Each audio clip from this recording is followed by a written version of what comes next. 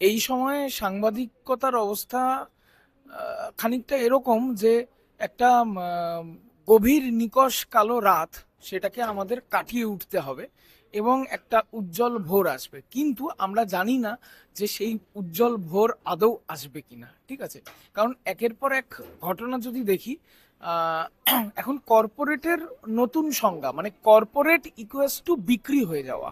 হুম, corporate কথার সমান সমান যে চিহ্ন আমরা বহুবার পড়াশোনার ক্ষেত্রে এবং পরবর্তীকালেও ইউজ করি, কর্পোরেট সমান সমান বিক্রি হয়ে যাওয়া।